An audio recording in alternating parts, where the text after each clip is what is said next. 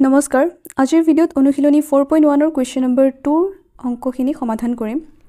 so প্ৰশ্নটোত কি কৈছে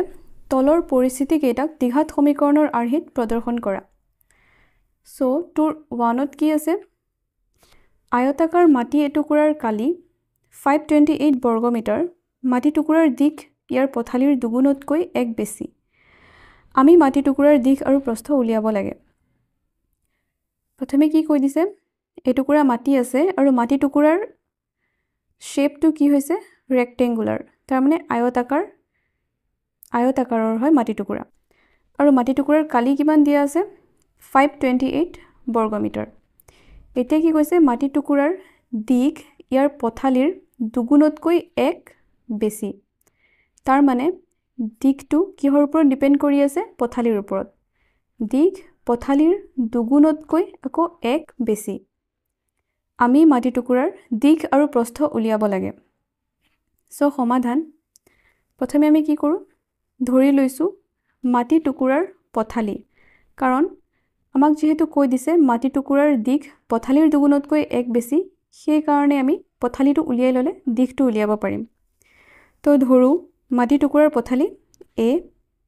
এতিয়া আমি দিশ উলিয়াব পাৰিম দিশটো কি কৈছে পথালিৰ দুগুণতকৈ এক বেছি যেহেতু তো পথালিৰ লগত যদি আমি 2 ইনটু কৰো পথালিৰ লগত 2 ইনটু কৰি +1 কাৰণ দিশ ইয়াৰ পথালিৰ দুগুণতকৈ এক বেছি হৈ গল পথালিৰ দুগুণতকৈ এক বেছি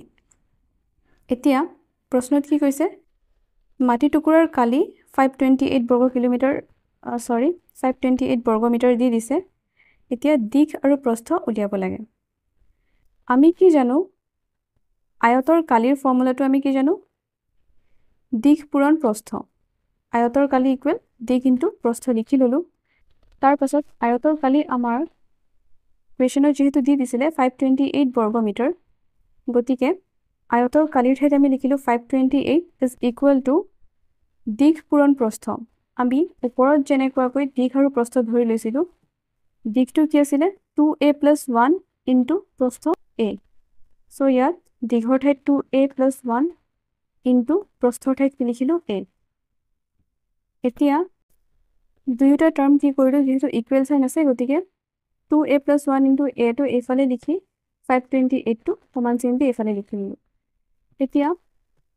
2a এৰ লগত a ইনটু কৰিলে কি হ'ব 2a² + 1 ইনটু a = 528 এতিয়া 2a² + 1 - 528 টো যদি এইটো সাইডে লৈ আনো ইকুৱেল টু 0 হ'ব যত a কি হৈছে মাটিডৰাৰ প্ৰস্থ মিটাৰত আছে আৰু দিশ কি হৈছে 2a + 1 মিটাৰ যেটো আমি পাই থৈছিলো ইয়াত ধৰোতে a হৈছে পথালি মানে প্ৰস্থ দিশ হৈছে 2a + 1